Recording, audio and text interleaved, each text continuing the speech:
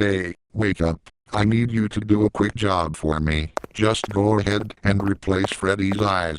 Alright, thanks.